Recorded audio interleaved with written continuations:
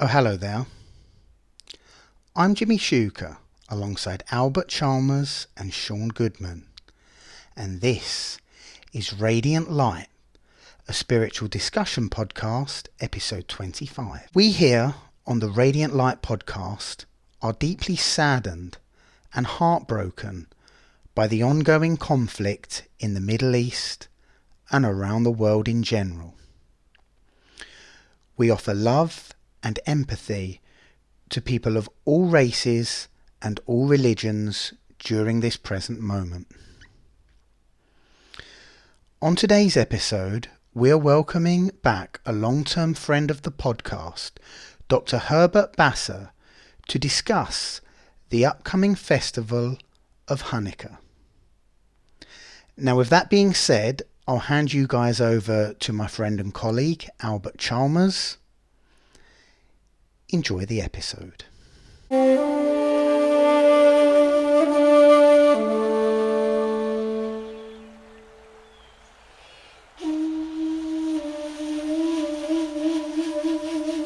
Light podcast. Good to have you back. Yeah, good to be back. So last time we spoke, it was Yom Kippur, and now we're on our way towards Hanukkah, which is next month.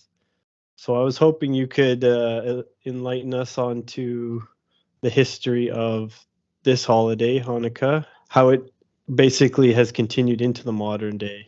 There's interesting developments of how this holiday began, why it's still kept, what its meaning is, its modern interpretations, its modern observances, and it's had quite an interesting history. It's even mentioned in the New Testament in the book of John, in the 10th chapter. The feast of dedication is Hanukkah. Hanukkah means to dedicate the utensils of the temple, and I'll get to it. But it is marked primarily by series of psalms and songs that you guys in the New Testament know as Hosanna. Praise the Lord, and I'll discuss a little bit of in when I give you the history of it, what the observances were then, what they are now, and the reinterpretations, which is what religions do. They reinterpret things, and they tend to go from the material to the spiritual. That's the general way of reinterpretation. And then when it gets too spiritual, then you can't handle it anymore. So then it becomes more material, and you get parties and you get foods. The history of Christmas, history of Easter follows a similar pattern. In fact, most religious observances do. So I'll kind of talk about that. In the history of religions is what I'm interested in, and you've asked about the development of this holiday. And I've already mentioned Hanukkah means dedication, feast of dedication, what's being dedicated. That begins, as most religious observances have, interestingly enough, they have an astrological basis, and a strong, they're around the time of the equinox, the time of the solstice.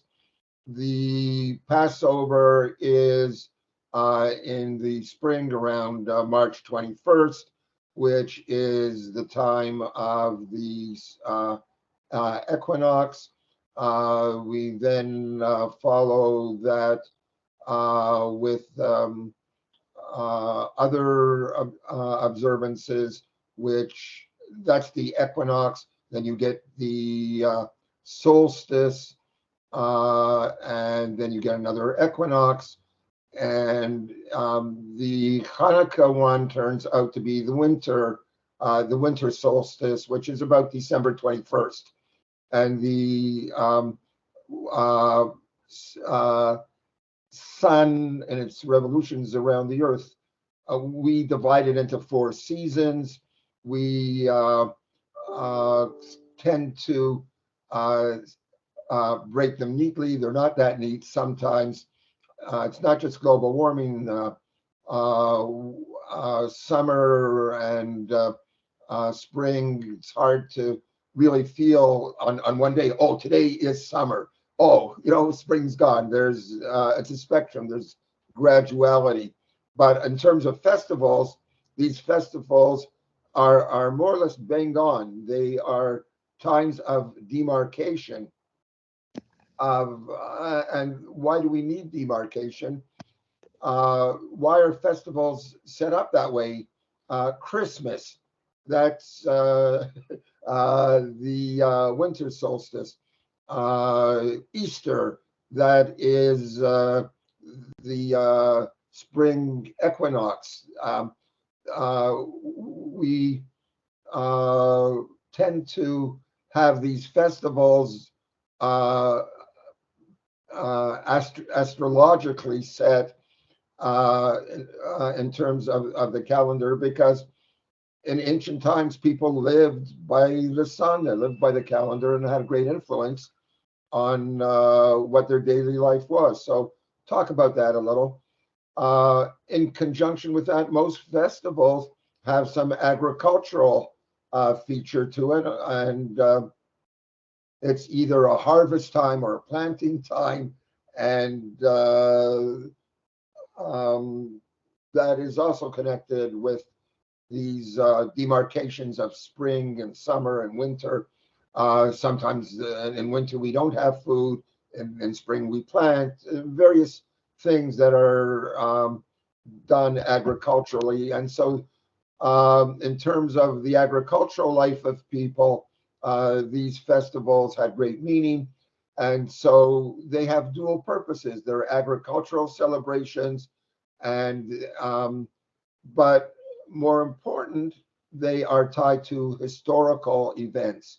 Now, it sounds very complicated. How do you have a historical event turn out to be at an astronomical point that is also something to do with the history of the people, which is usually divine revelation at these points of history?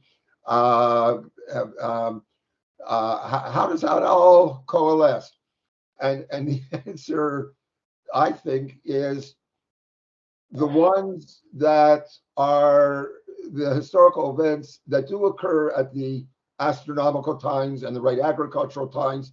They're the ones that get preserved. They have meaning for the people. There's a lot to celebrate at that time. They're the ones that get preserved. There might be a lot of other historical things happening that could have made it, but they didn't make it because the influence of other features, of the agricultural features, the astronomical features, didn't line up. So they didn't get preserved as holidays. The ones that line up with the various features, they get preserved as religious holidays. And I think it's kind of a pattern that I see. I don't know if other people see it as well, but I've kind of noticed that's what gets preserved. And I'll give an example of how that works today.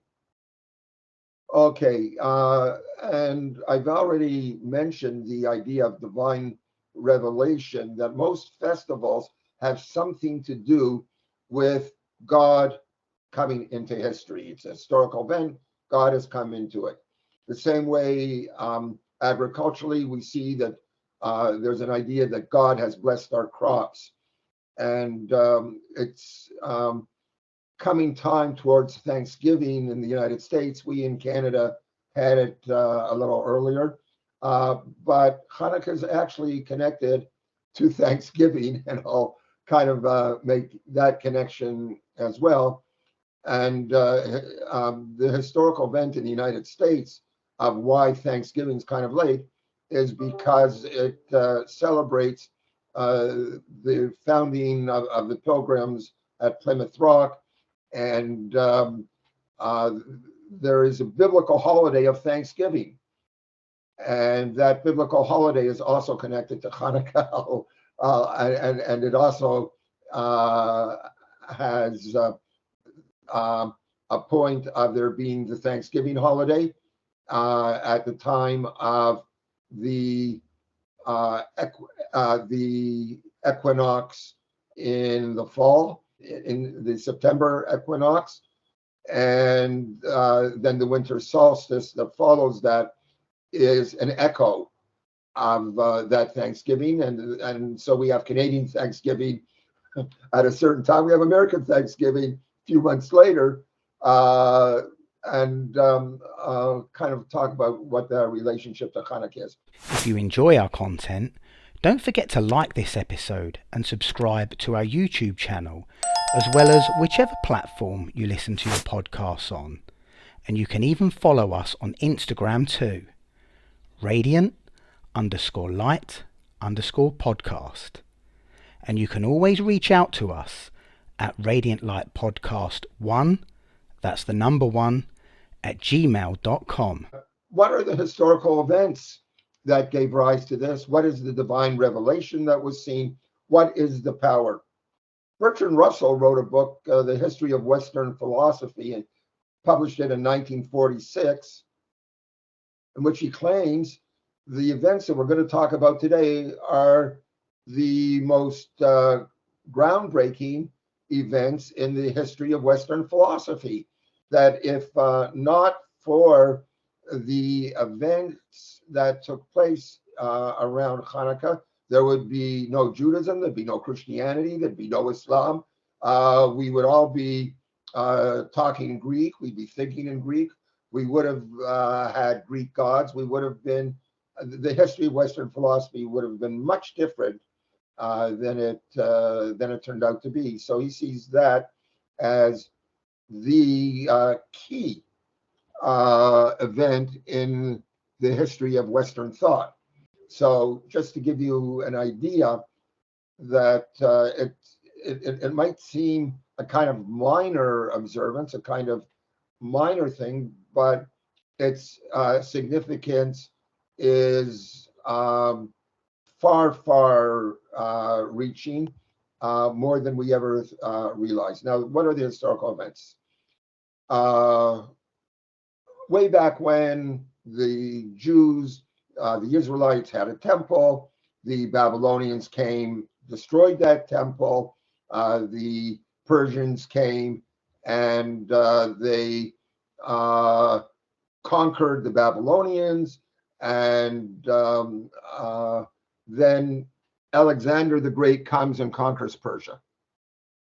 Now, who's Alexander the Great? That's where we have to begin our story. Alexander the Great was a student of Aristotle. So he was a pretty smart guy. He was also a very tough guy and a ruthless guy. So the word in the back room is that his father, Philip of Macedon, suddenly got a heart attack somehow, or was done in by Alexander, who couldn't wait to take over the throne. And then he set upon a whole program of gobbling up every nation that he could. So he conquered Persia. Persia was the power at the time. And with Persia, he inherited large populations. And Alexander the Great was so successful.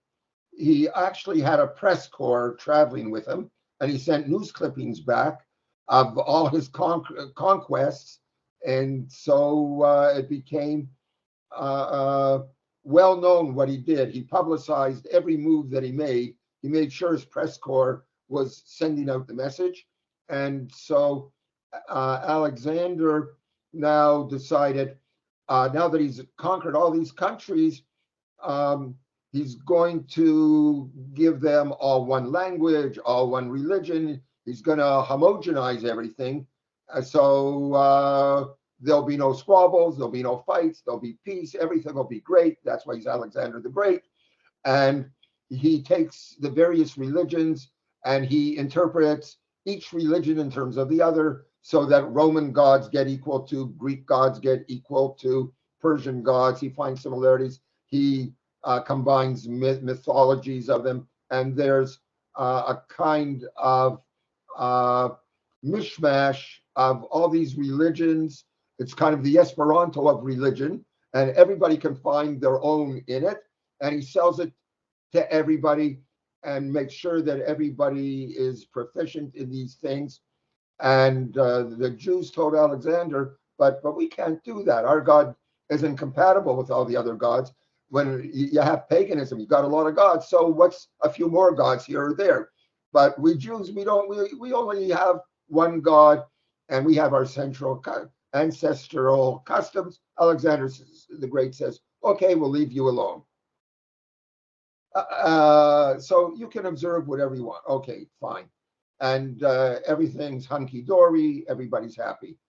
Now, Alexander died young, and we're talking the 330 BCE, which goes back thousands of years. We're talking like a long time before Christianity for him. So Alexander the Great dies, and now what's going to happen to Alexander's empire? Who's his successor?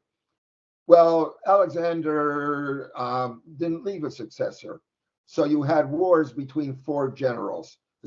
He had four top generals who said, "Well, we conquered all these territories. I should take it. I should take it. I should take it." So they kept fighting amongst each other. And that goes on and on until we get to the point where they kind of decide, well, each general, I'll take this territory, I'll take that territory. And the two territories that are of interest to us are Egypt and Syria.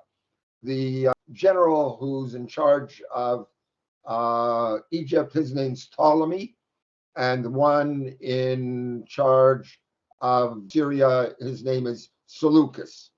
So now we have two empires, and in between Syria and Egypt is this tiny country that we're going to call Judea, where the Jews are. So it's kind of left alone. Nobody cares about it. It's too small to worry about. But the Seleucid kings in Syria want to conquer Ptolemy's Egypt. Egypt wants to conquer Syria. So they're having battles, and the battleground turns out to be around Judea. And it so happens like Judea changes hands 7 times in these wars. Every battle, oh, we won this battle. Oh, Judea's ours. Oh, boom. Then Judea's ours. It goes back and forth, back and forth. And at some point, the king of Syria becomes a line called Antiochus. All these people have Greek names, by the way. So, and Antiochus III. And Antiochus III decides he needs money, and so the Judeans can supply money, and now there's high taxes, and the Jews are not happy about that. And in Egypt, the taxes are lower, and there's more Jews involved in government, and they get a say. So there becomes the in Judea, there's the pro-Egypt and the pro-Antiochus. Things are very unsettled. Comes Antiochus IV. Now, Antiochus IV is really crazy. I mean, crazy with a capital K, so to put it. He is nuts. And he decides he's a god. And so he calls himself Antiochus Epiphanes, that I am the incarnation of God.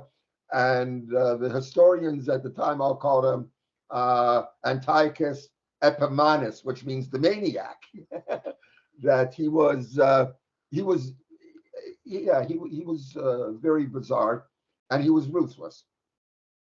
But he needed money, so he goes to he is successful over Ptolemy, and he is now the emperor of Judea. He plunders the temples there, and what's going on in Judea is there is a high priest, and he had a brother, Jason, who wanted to be high priest.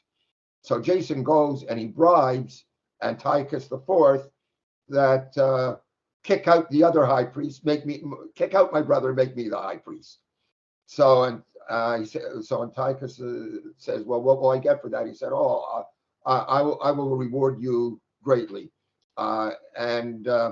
So Antiochus the fourth is happy, and then he decides that he's going to introduce Hellenism into Judea. He says, you know what, Jason, I'm going to build a university for you. I'm going to teach you people Greek. I'm going to teach you math. I'm going to teach you science. I'm going to teach you about our gods. I'm going to erect a statue of Zeus right in the middle of your temple. Everything's great. You're going to join our empire. And he builds a gymnasium right in the center of Jerusalem. And then a whole fight begins. The pro-Jason people say, okay, let's become Hellenists. Let's be progressive. Let's join the new movement. Let's become modern. Let's speak Greek. Let's do this. Let's do that. And there's the old guard, the pietists, who say, no, we've got Alexander the Great said we can have our ancestral customs. We're going to keep our old ways. And a civil war breaks out.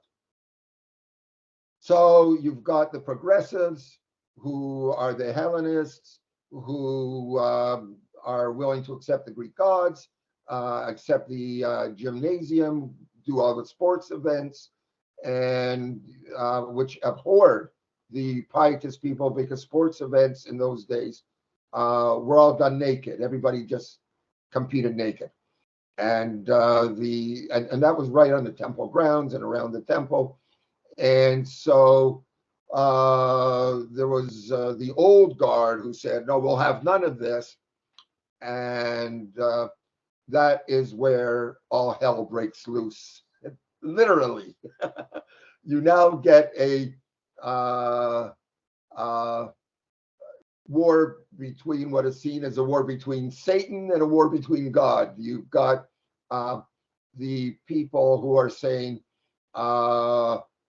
yeah, to put it mildly today, it would be something like the abortion, anti-abortion quibble, or whatever the fights going on now of the religious right in the United States and the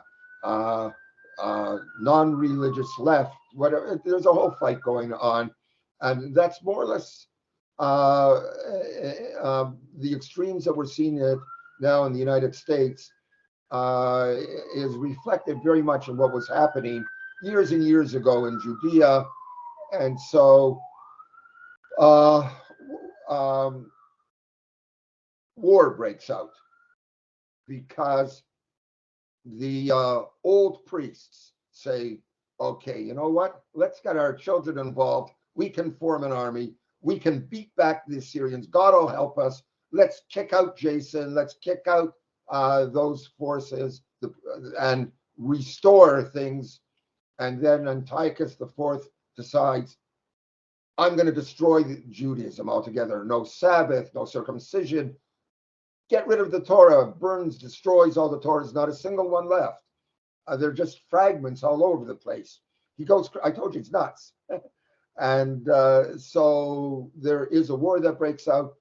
Some of the Jews say, we're not going to fight on the Sabbath. God will help us. Some people say, we are going to fight on the Sabbath because you're allowed to fight on the Sabbath to save your life.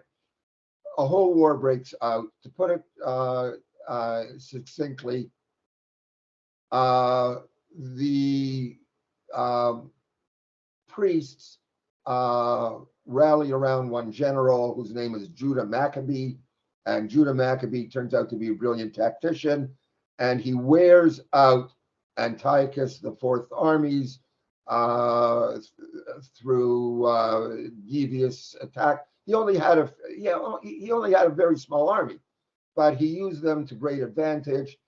And Antiochus is now, when other people see all this happening, they start to uprising against him too. So there's uprisings all over the place now outside of Judea against Antiochus. And even back home, there's other people want to get rid of Antiochus IV and put in a new emperor. So he's got to move his army around. So he makes a little treaty with Judah, and everything looks like it's going to calm down. But when he puts down the uprisings, he comes back to Judea. There's more battles. Judah dies in one of the battles. Judah has a brother, Simon. And Simon is not a great general, but he's a great negotiator. He's a great talker, and he's a businessman. So he's like Donald Trump. Let's make a deal. The art of the deal. He says, okay, we're going to make a deal. And here's the deal. And so he makes a deal. And he says, you know, it's crazy. We're fighting back and forth, back and forth. We don't have to do that. We'll pay you some taxes, but you make me the king of Judea and allow me to be the governor here and the king. I'll pay you some taxes, and we'll work out an arrangement, and we'll get the Romans to guarantee it. They're like the United States. They broker the deals and say, okay, we will certify this agreement. So an agreement is worked out with Simon in the year 141. Now, the event that gives rise to Hanukkah is the events before that in 164, when Judah won his first battle and Antiochus left. And now Judah had this, before Antiochus came back, he had this temple, and he sent messengers all over, getting all the little fragments of Torah, gluing them together to reconstitute all the things that Antiochus had destroyed.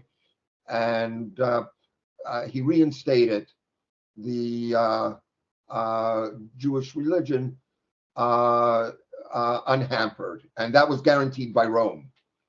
So now we have religious freedom. Now, and so we have now a number of sources for this. We have books of Maccabees called 1 Maccabees, 2 Maccabees, which kind of record the events of the time. We have a Jewish historian who's related to the Maccabees, who later in history, Simon calls his dynasty Hasmoneans after an ancestor of his, and it's the Hasmonean dynasty now. And they want to mark the day. They want to mark the day. This is a great celebration that we defeated.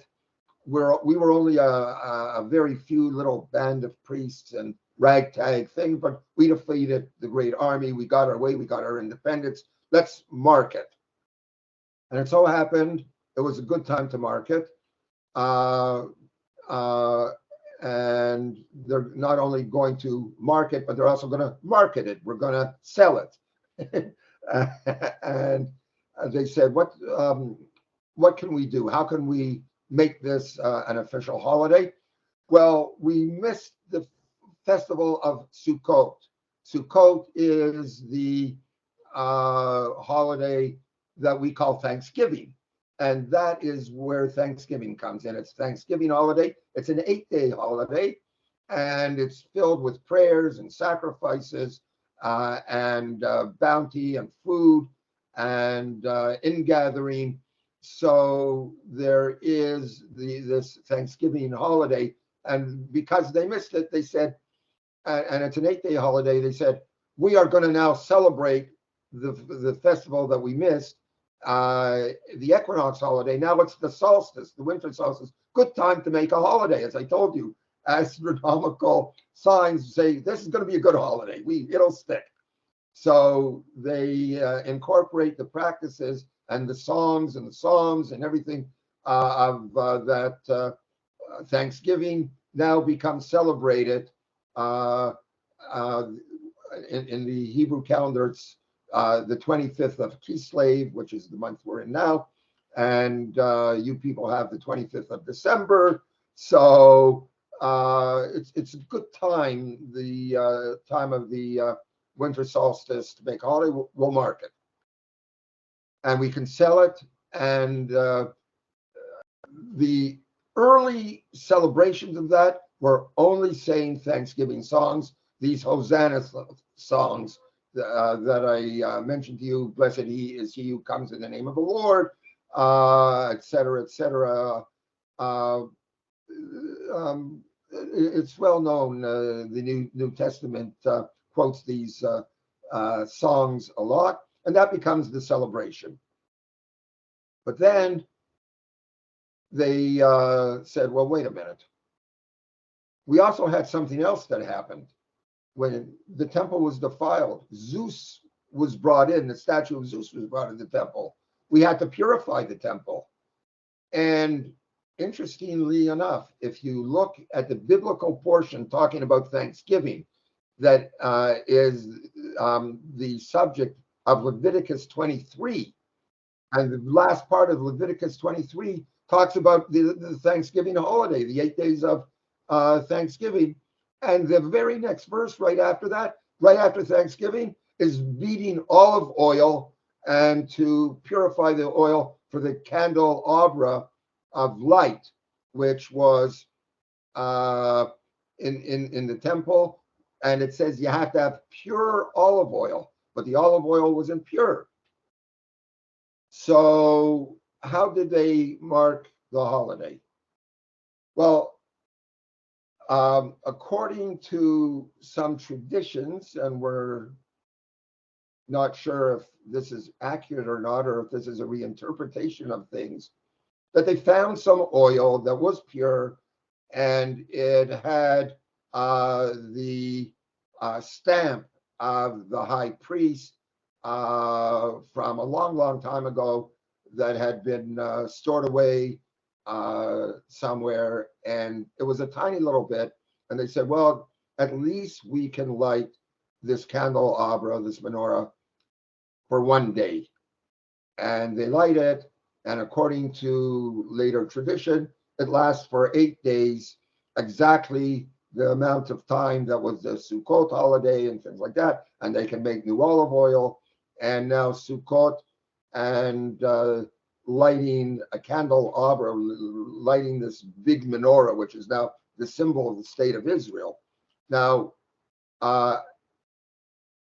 it becomes apparent that this is a religious holiday. It begins as a political holiday, but it's apparent that it's a religious holiday because the point is this was divine intervention.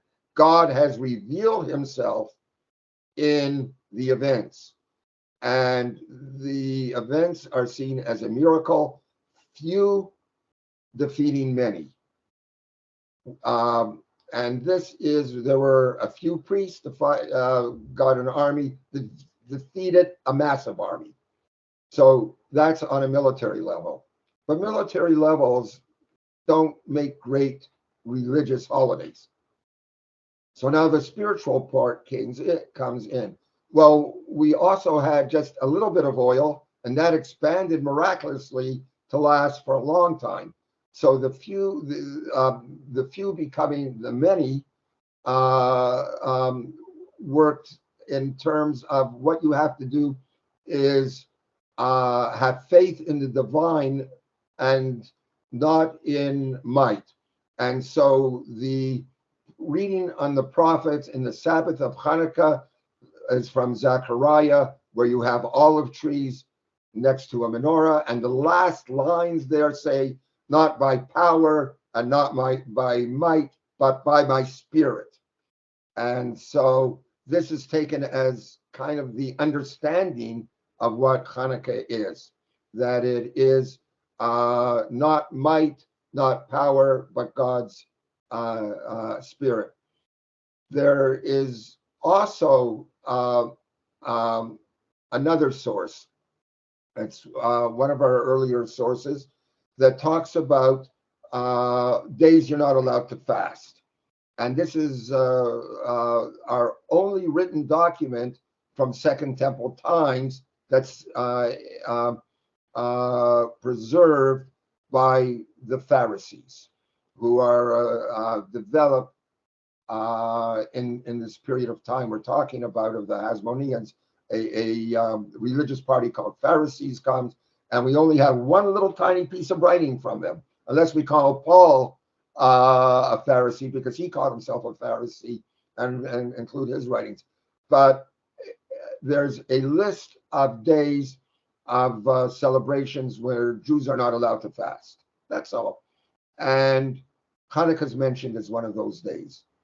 But all those days disappeared, but Hanukkah didn't. As I said, things got kind of reinterpreted. Now, one of the stories, and there might be something to it, is that when Judah Maccabee defeated, or at least Antiochus' Fourth Army retreated, that these soldiers took their spears and they stuck the pointy end in the ground, and they wrapped or doused with olive oil the top, or any kind of oil, and they lit it. So they made torches. What did they do? They turned the spear upside down. It's no longer a spear. It's now a torch of light.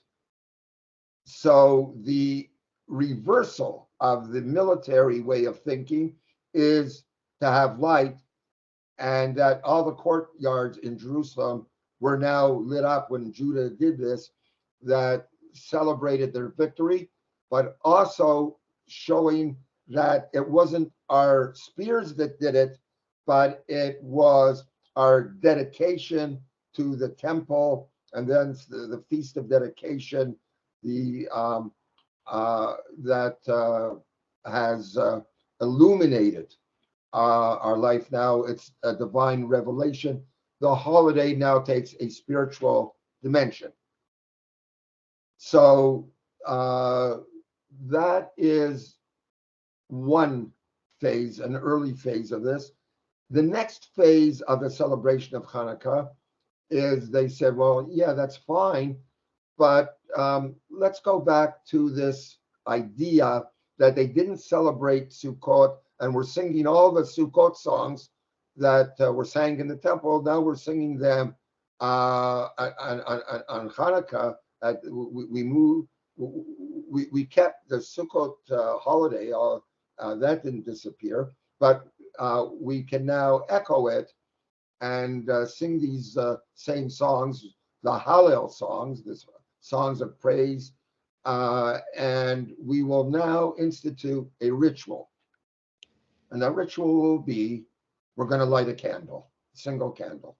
We'll just light a candle for 8 days. Every day we'll light a candle, and we'll remember the torches, and we'll remember the miracle of the oil that was a little bit and then lasted 8 days. Light one candle. That expands till somebody says, oh, let's not light one, let's light one today, one tomorrow, but the one from tomorrow will, one yesterday, one today. Let's keep yesterday's, well, let's light that again, and then we'll light another one today, and then we'll light another one tomorrow, and we'll light 8 candles. We will light day by day until the final day of Hanukkah is the 8th day. We'll have 8 candles burning bright, and every day will be a new candle. And so in essence, that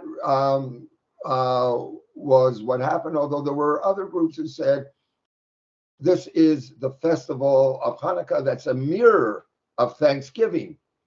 And therefore, on Thanksgiving, these candles should represent the sacrifices. And on the Thanksgiving sacrifices, on the first day, they had so many sacrifices. Every day they went down, down, down, till they only ended up with one. And they said, yeah, one God, one people, that we should go downwards rather than upwards. And so we should start out with 8 and then 7, 6. Every day we'll light one less. So, and that would mirror the sacrifices of Thanksgiving. That was a kind of question back and forth. The people who wanted to end up with 8 at the end, they went out, and that's what we do today. We have a menorah that's got actually 8. The temple had 7, but we have 8 because we have 8 days of Hanukkah. And there's another one called the lighter, the one that lights everything. That's another candle set far apart.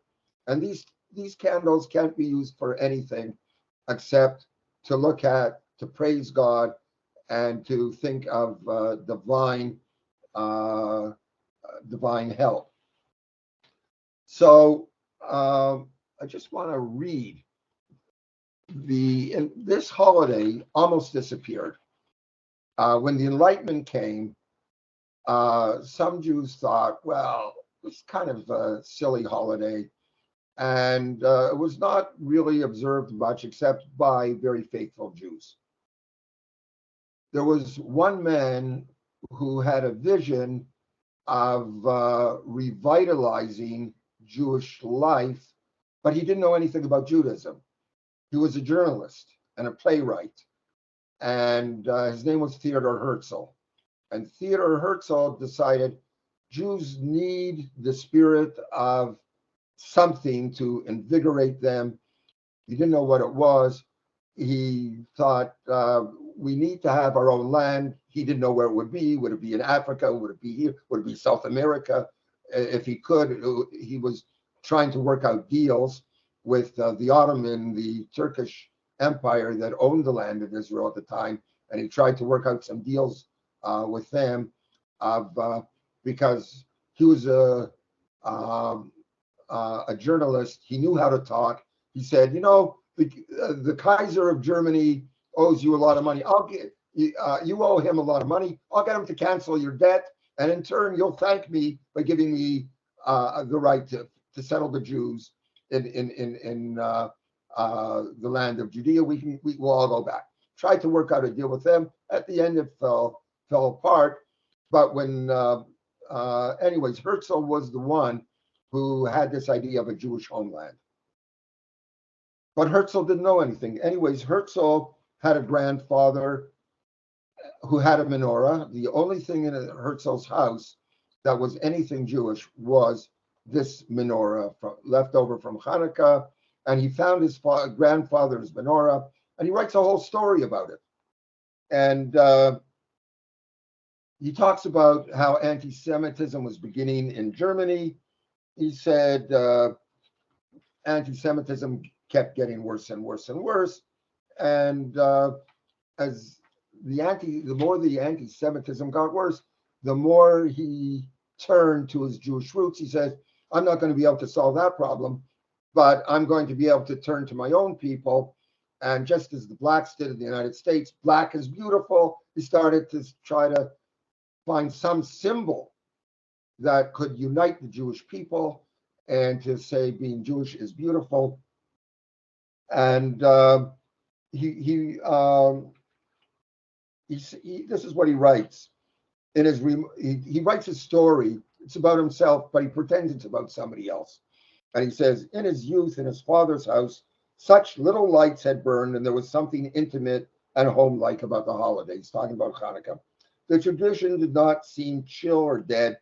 The custom of kindling one light with another had been passed on through the ages. The first candle was lit, and the origin of the holiday was retold. The miracle of the little lamp, which had burned so much longer than expected. And he goes on and on and on.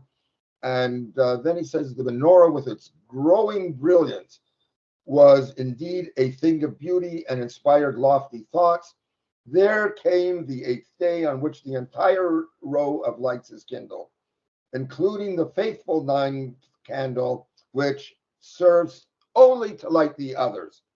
A great radiance, you'll like this, radiant light shone forth from the menorah.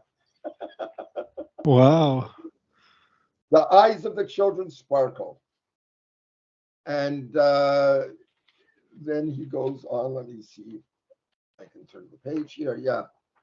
It became a parable for the awakening of a whole nation. First one candle, it is still dark. The solitary light looks gloomy. Then it finds a companion, then another and another. The darkness must retreat. The young and the poor are the first to see the light. Then the others join in, all those who love justice, truth, liberty, progress, humanity, and beauty. When all the candles are ablaze, everyone must stop in amazement and rejoice at what has been wrought. And no office is more blessed than that which is the servant to light the lights. And he said, I am going to be the one to light the lights of the souls to rejuvenate the nation. So that was the power of this menorah of a man who was very far estranged from his people. He had called a Congress. He wrote this in 1897. 1897, he gets Jews from all over the world, says we're going to have our own country. He maps out a whole idea. And the only thing he can do to convince everybody's going to have a country, he prints up money and he says, and this is the money we're going to use in our country. And he printed up like monopoly money and he handed it out to the people. And he called that the first Zion's conference, Zionist conference. And from that, this is the power of Hanukkah. Today, it's celebrated by not only lighting the menorah, but it's become Christmatized. Kids say, well, wait a minute, where's our gifts? Everybody's getting gifts. Okay, so now Hanukkah, everybody gets gifts. Where's all the food? Oh, yeah, now we need to get all these jam busters or anything that's oily, because Hanukkah is the festival of oil. And because that is what the menorah is lit with, it's oil, and it represents the candelabra in the temple. So everything that becomes oily, everything gets now turned into festivity. There's a little game called dreidel, of spinning tops, where you can gamble on whatever side it lands on the top. And so it becomes a festive holiday, a joyous holiday, and it has a spiritual aspect. It fulfills ritual. It has history. It's the right astronomical time.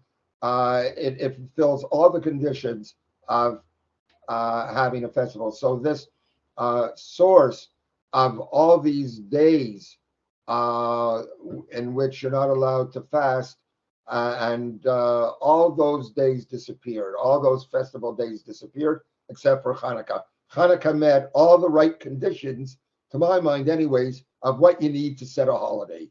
And so it became a holiday, not of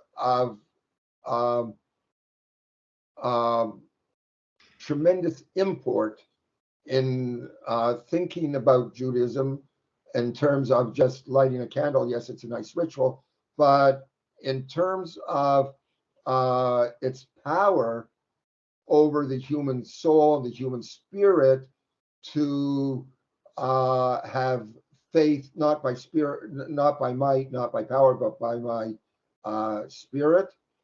And the idea, it doesn't matter how small you are, you can accomplish a lot, but you have to light others. You have to turn other people on. It might be a small action, but a small group can do a lot. And so this is kind of the miracle of Hanukkah, that it became a festival, that it had all this influence on important people, and that it continues to evolve in this day. How does it continue to evolve? The shape of these menorahs, or some in Israel they're called Chanukiot, have very artistic shapes to them, and a lot of artwork goes into it. So the festival, in certain ways, is still evolving. Oh, it's still evolving. It is still evolving. There's still new songs. There are still new recipes. There are. new innovations all the time. The basic ritual is the basic ritual was one candle. It started with one candle, then it expanded to 8. Then it became a holiday of joining with Thanksgiving, and it now ranks, I think, probably in the non-Jews, they will probably have heard the word Hanukkah at some point. That I hope comes through in these podcasts is that all of these festivals have something that's revelatory about it, that it's reveals the hand of God in history. That's celebrating the hand of God in history. Okay, that appears to be all we have time for on today's episode. If you enjoy our content, don't forget to like this episode and subscribe to our YouTube channel, as well as whichever platform you listen to your podcasts on. And you can even follow us on Instagram too. Radiant_light_podcast. And you can always reach out to us at radiantlightpodcast1, that's the number 1, @gmail.com. So until next time, good night, God bless, and namaste.